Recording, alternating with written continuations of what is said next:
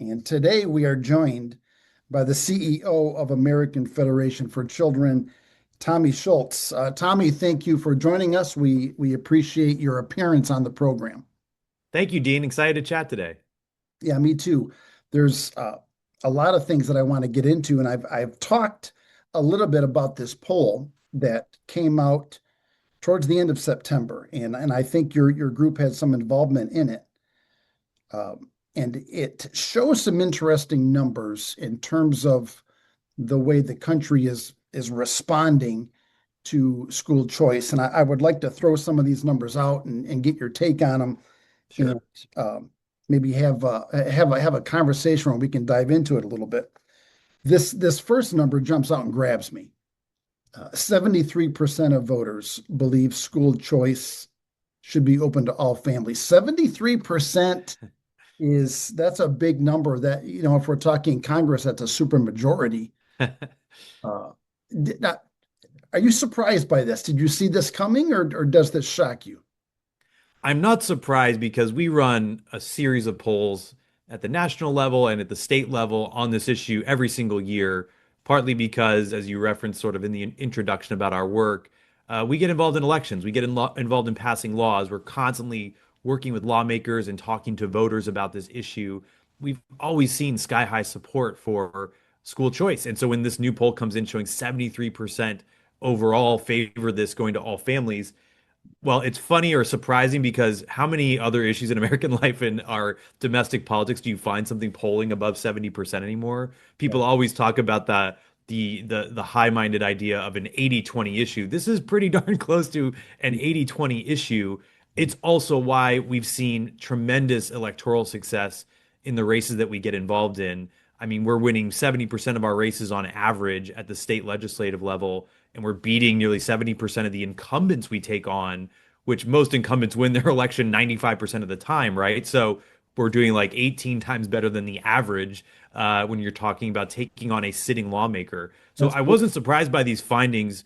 I know we'll get into this probably in a moment, but some of the underlying findings, which I think most people would find really interesting, go around the idea that like 58% of Democrats support school choice. So there's a lot to unpack there of why do the elected Democrats, though, 95% of them, why do they oppose this issue? Why do they vote against it? There's a lot to unpack there because it really gets into the nature of our education system, who runs it, who funds it, who controls it. Lo and behold, that's the big schooling unions, the teachers unions, big apparatus that's behind all of this that I know we're going to get into today. Yeah, yeah. Um, so in head-to-head race, I'm looking at some of the other numbers here, and you had mentioned state legislatures and those that are on board with this, that they're seeing, and you and your organization are seeing excellent results in terms of winning these elections. This poll said that 50% of 57% of voters would favor the candidate who is pro school choice. So why do you think it is that the Democrat Party, I mean, are they listening to this? Is this how do we get the ear of state legislatures, and maybe you have their ear, and if you do, how are you going about it? Sure. So, look, 57%, that wins you a lot of elections across the country. And we've seen time and time again, I think we were involved in 21 different states last year with our elections apparatus. We deployed about $14 million into state legislative races.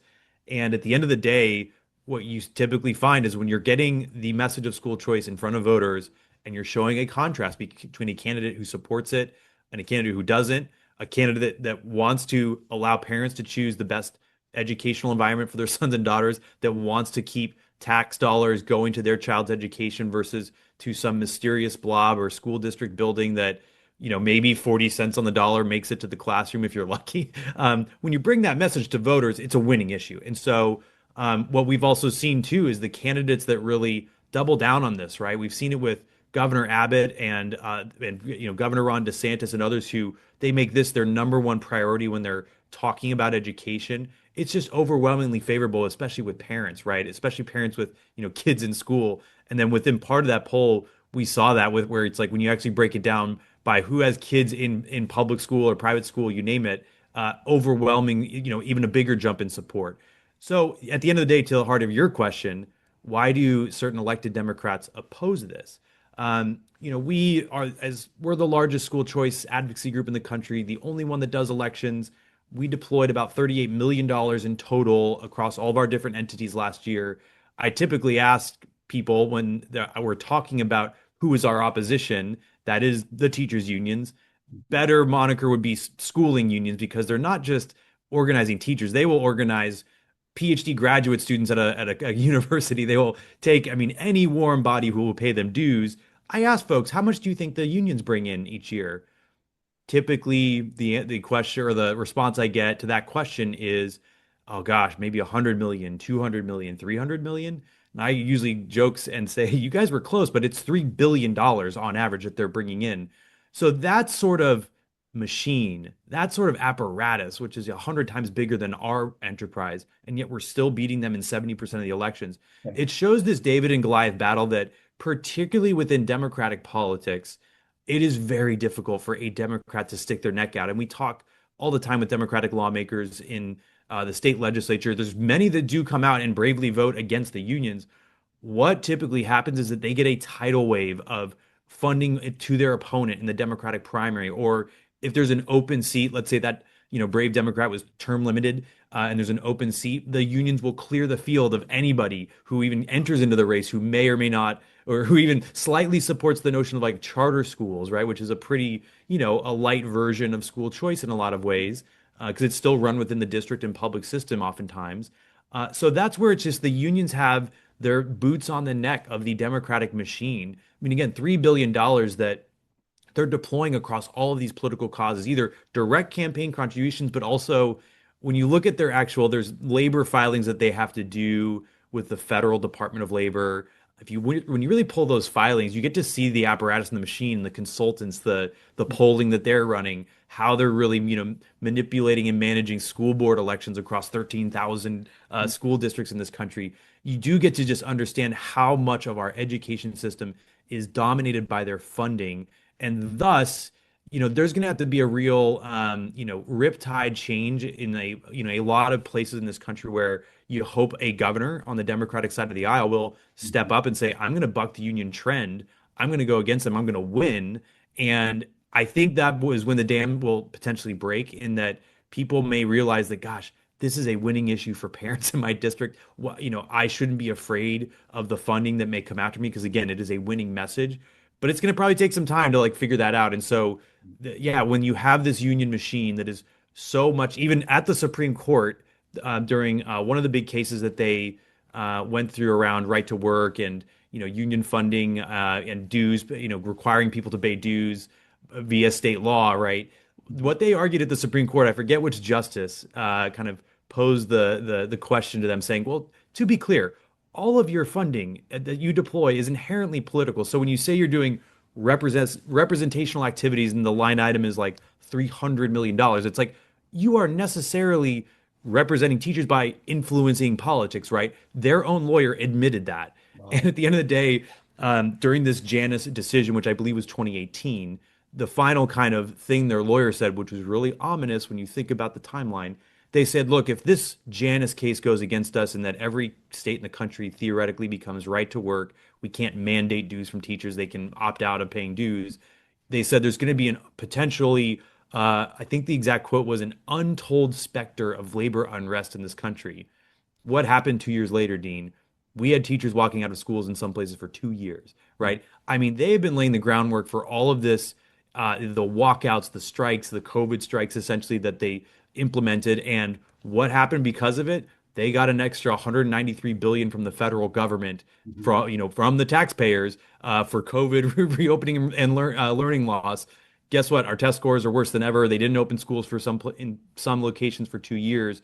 They've got an impressive machine that, if you're looking at it just as a political operation, it is incredible, very difficult to beat. And I'm so proud of just that we continue to see the parent support still on our side, and that we keep winning these elections, keep passing these great school choice laws, because they are really a Goliath in this American public education system. Well, Tommy, congratulations to you on achieving the level of success that you guys have been able to achieve, because you're right, this group that you're up against, they're a behemoth. And Goliath is a nice analogy, also because he was evil. But that's a whole nother conversation. So the the percentage of voters who are in favor of the federal tax credit and the big beautiful bill, and this is really Yes. what I want to dive into here for a minute. It's at 58%. Yes. But according to the poll, when they discover a little bit more about it, that rate of favorability jumps up to 64%. So, Yes. what is it about this federal tax credit that maybe we don't know about that you could shine some light on that might pique our interest a little bit? Sure. As you can imagine, if you think about your average voter or somebody who's not, deep in the weeds of day-to-day policy at the federal level or at the state level, you ask them what a tax credit is. Yeah, I can imagine you get varying answers on it. And so when you ask just the plain, as they call it in polling, the uninformed question of here's this federal tax credit scholarship, basic details, what do you support this?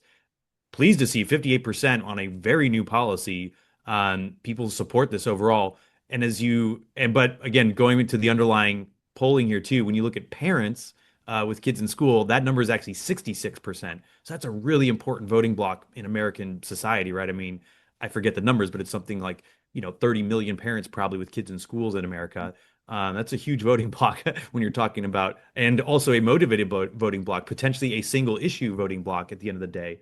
But overall, when you really inform them of here are the details, here's how it actually works, here's how your kids or the state will benefit, here's how actually donors who participate with this tax credit benefit. The overall number goes from 58 to 64%, which is a raw percentage point increase of 6 points, but it's actually a 10% move overall, right? So what that tax credit is, just since you asked about what are the details, how does it work? And also for anybody skeptical about a federal school choice program, like you all should be, I'll talk about how it is a really elegant solution that minimizes any sort of federal government overreach into your schools, into your kids, et cetera.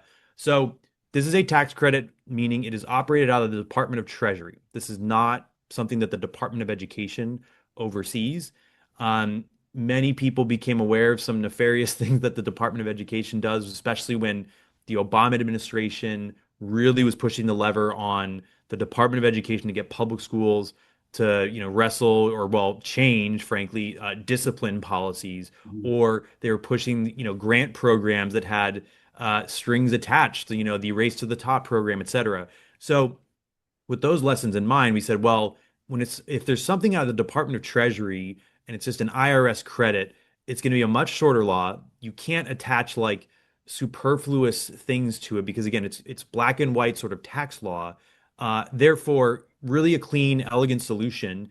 And this bill operates in a way that basically the federal government isn't really even involved at all. What it does is it says every single American that has a tax liability who owes money to the federal government on their income tax, they can all donate $1,700 starting in 2027 to a local or national 501(c)(3) that gives out scholarships. They will get a 100% tax credit, meaning if you owed $2,000 in income taxes to the federal government that year, if you donated $1,700 that prior year, essentially, you just immediately only owe $300 to the federal government. So it's a dollar for dollar reduction in your taxes. Current tax law that I know many are familiar with, let's say you donate a dollar to a scholarship organization, you may get your taxes reduced by 20 to 30%. That's just how the tax deduction works. Full on 100% tax credit, you're reducing your taxes by whatever you donated. So the cap per person is $1,700. But that means that, again, the federal government isn't involved because it's your private contribution going to a nonprofit. You're not putting money into the treasury, you're not paying that tax. It's all private transaction essentially. But what's great is that gives everybody the ability to be a philanthropist. It allows great scholarship groups that are giving out, billions of dollars currently to low income, needy kids to go to a private school or other services that they're trying to get. Those scholarship groups can now raise millions more, right? And so you think about this really devolves in a lot of ways education decision making, education funding more to the local level than at the federal level Okay, or even the state level. So that's how it works. let me dive into here specifically because, so for example, I run a school, a classical Christian school. We offer scholarships to our students. Do we count then? And maybe you don't know the answer to this question, but I'm curious as you're talking, do we count as a scholarship organization? No, it has to be the distinction is the substantial purpose of the organization has to be providing scholarships. So as a school, yes, you're a nonprofit, you have your EIN tax code, you wouldn't qualify. So what you'd have to do is partner up with an existing scholarship organization, say, we'd love to work with you for tax credit donations that you might be generating. And actually, donors, as part of the law, donors are actually able to select that they want their money to go to a certain school or a series of schools. So they can earmark funds if you wanted to. So I imagine a lot of schools will be doing that. They'll partner up with either, regional based, city based, faith based kind of currently existing 501(c)(3)s. I know some schools will probably pool together with other schools and say maybe, hey, we want to create our own charitable kind of enterprises that will service scholarships here. So no, the schools directly themselves aren't the beneficiaries, Okay. right? But at the end of the day, a donor can give to a scholarship group and they can say, I'd like it to go to, X, Y, or Z school. And as part of just the law, they'll have to kind of abide by that earmark there. Okay, so let's talk about the distinction between states needing to opt in. So let's say, Sure. I'm in Michigan, it's a blue state. The chances of us opting in are maybe slim to none at the moment. If we is a scholarship granting organization, say in Indiana, that is a state that is doing this, would they then be allowed to present those scholarships to schools in Michigan or no? Great question. So, the opt-in that you referenced means that a weird part of the law that, as this was going through the Senate process and the arcane rules around budget reconciliation bills, the parliamentarian who controls that process, who sort of referees that process, demanded as part of this whole law getting into place, said that governors need to opt in and signal, here are the scholarship groups in our states that can, basically raise tax credited funds. So the intent also is that if a scholarship group is approved somewhere, they can give scholarship funding to students in other states that have also opted in. So, yes, you can have potentially a multi-state system. The rules and regulations that the Treasury will develop, after you pass any law, they develop the rules and regulations to spell out things that may remain silent in the law, questions that you ask like this of, can a student in a state that hasn't opted in participate? I think the Treasury rules and regulation process will just spell that out. My guess is, Dean, that your state will have to have opted in for a student to benefit. What that does, though, interestingly, again, we would have preferred all 50 states to be just automatically eligible. What it actually presents is an interesting equation where donors can still participate in Michigan, the example you gave. Donors could still give to a scholarship group in Indiana, get their tax credit.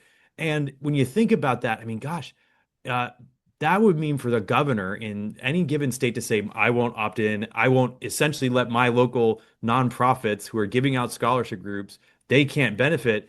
Pretty heartless decision. I think there will be a lot of voter revolt on that. I also know that probably by year two of this program getting going, if some of these folks are seeing like hundreds of millions or even billions of dollars, really free money, because it's federal income tax, right? It's not state revenues at all. Everybody has to pay a federal income tax in some form or fashion. Mhm. If I'll go through the math actually, on you said Michigan and going to Indiana. If basically every taxpayer that had enough of a liability that they could donate $1,700 in Michigan said, I want to donate, that would be $2.2 billion flowing out of Michigan, free money, right? Wow. And so if you're a governor in a state that is contemplating not opting in, you got to go, gosh, I'm really going to let that much money go out of state. Mhm. And then I'm going to basically be telling our nonprofits, sorry, you're not going to be able to, raise more funding, do great work that you're already doing with your local charitable enterprise. Mhm. I think it's going to be excruciating in years two or three of this coming online for anybody to not opt in, right? And Mhm. so I think it could become a pretty big wedge issue in some of these governor's races in 2026 as well. So you spoke earlier about the success rate of legislators who are pro-choice winning their races. This is a big deal, as you just said, for these governors coming up in 26, which is going to happen in Michigan. Getting this message out and getting these governors to come out publicly and either support or not support this. It seems to me like this Right. would be a deciding factor. It really could be. You point to a few elections where you had 2018, Ron DeSantis wins in the state of Florida by about 30,000 votes. The Wall Street Journal wrote about some of our efforts there where they said, the school choice moms tipped the Florida governor's race because he wins about, 30 or 40,000 low income African American moms who were worried that the potential other candidate was going to destroy the choice programs because he said it on record that he would end the choice programs. Mhm. If there's about at that time it was about 80,000 families, most of them low income and single parent households going that Andrew Gillum, the potential governor, is going to kick my kid out of this private school that we love and send them back to a private school that we hated. Mhm. They become single issue voters, and so you could see then Glenn Youngkin coming in and 2021. I mean, how interesting was that, right? All of a sudden education becomes a real focal point in that election. I think similar here next year, once the rules and regulations come out, probably by spring or summer, there's going to be a real almost ballot test in front of a lot of these governors to say, where do you stand? You have 4 or 5 months to potentially opt in, and you got to make this decision. I really think, Dean, this will be a big wedge issue and will be potentially a marginally deciding thing in a lot of races. And like, California is a funny example when you think through, again, there's going to be billions of dollars that can be generated. If all that money in 2027 is flowing to Nevada or Arizona or to Texas, boy, that's going to be just yet another, something, yet another ding against California being kind of unsensible with their policies. But Right. really, all you're doing is harming low-income families in your state. All you're doing is harming local nonprofits, right? So I'm a big believer that this can be a really big issue next year.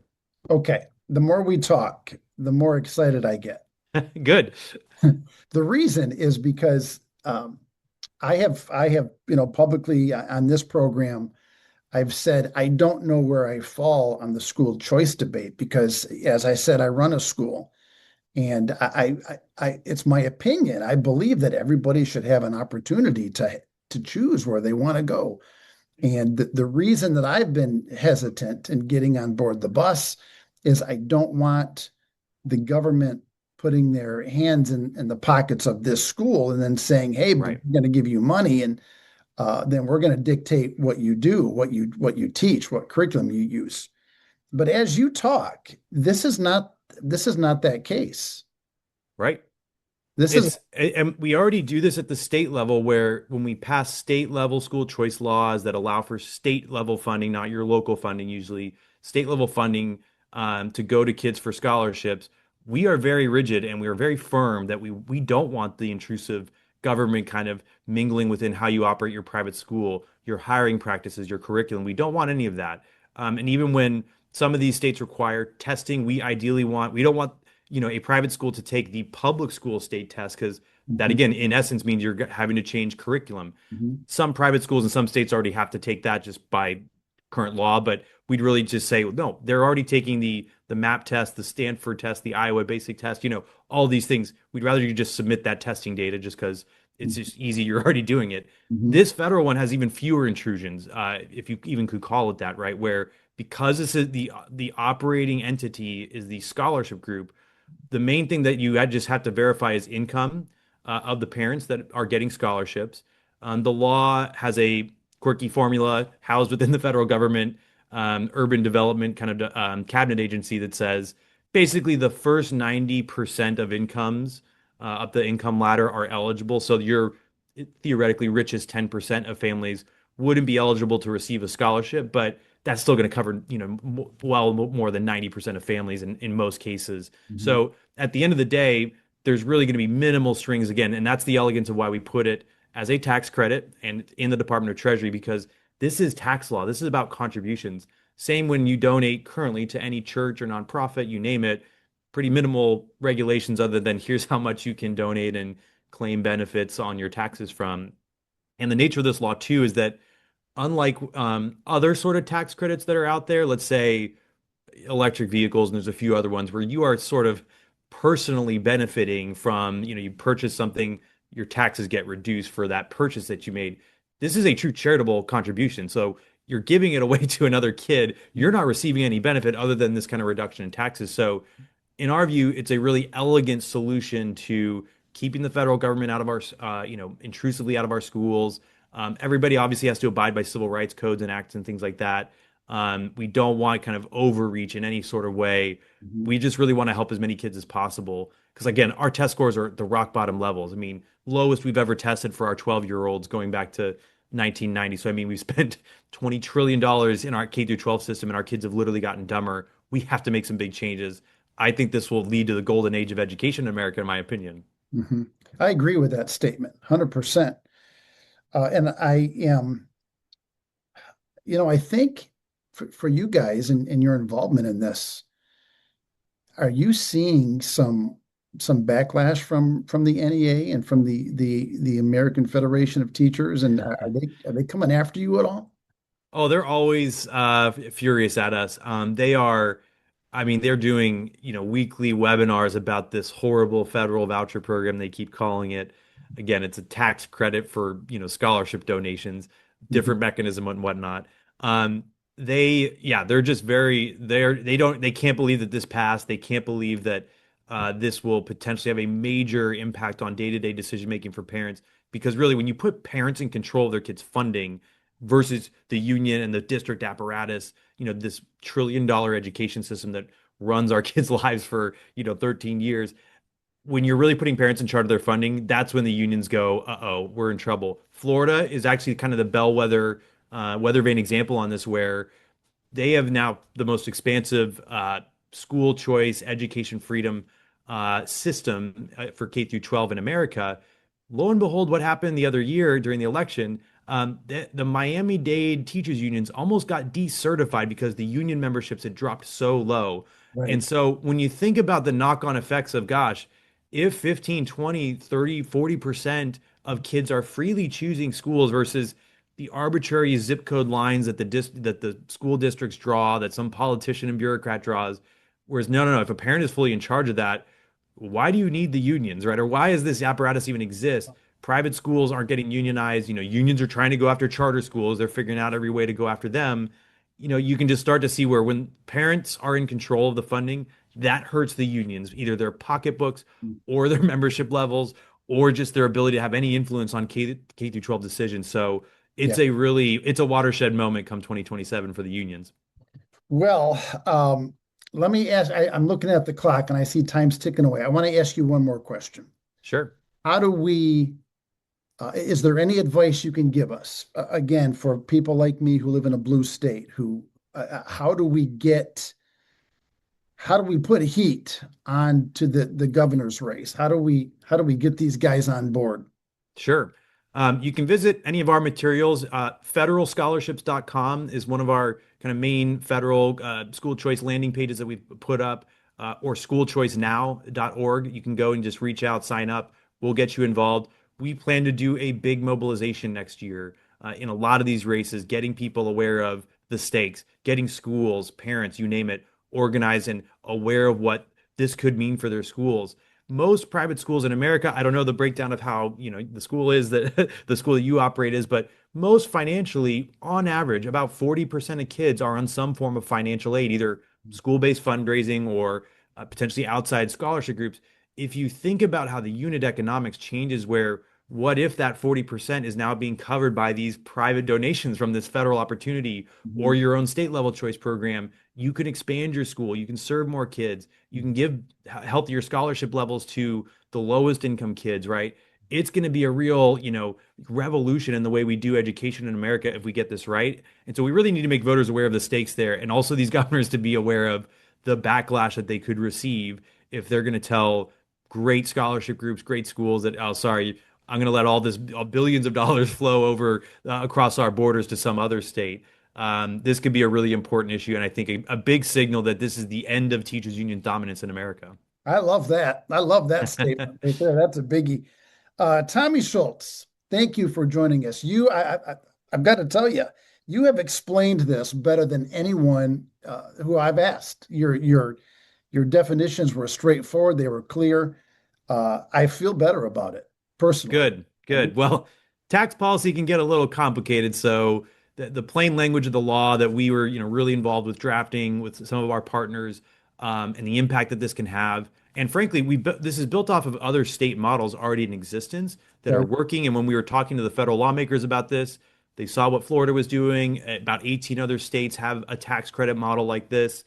This is a bit of a different variation, but at the end of the day, it's really important because it's going to help children. It can help millions more children if we get this right. Mhm. And so we got to get every state to opt in. And I'm glad you're feeling the fire in your belly to potentially get Michigan over the finish line here on opting in. Let's go. I am. I'm feeling it. All right. I know your time is important, and I appreciate the time that you've given us today with such excellent, valuable information. Perhaps in the future, can I get you back on? Would love to do an update. We're going to do more polling. Beginning of the year when all the state legislative sessions start going, Yeah. really important moment. The rules and regulations on this federal piece of legislation will come out probably again spring or summer. Happy to give you updates along the way, get everybody fired up. Good. Let's push it. All right. Thanks, Tommy. We'll talk soon.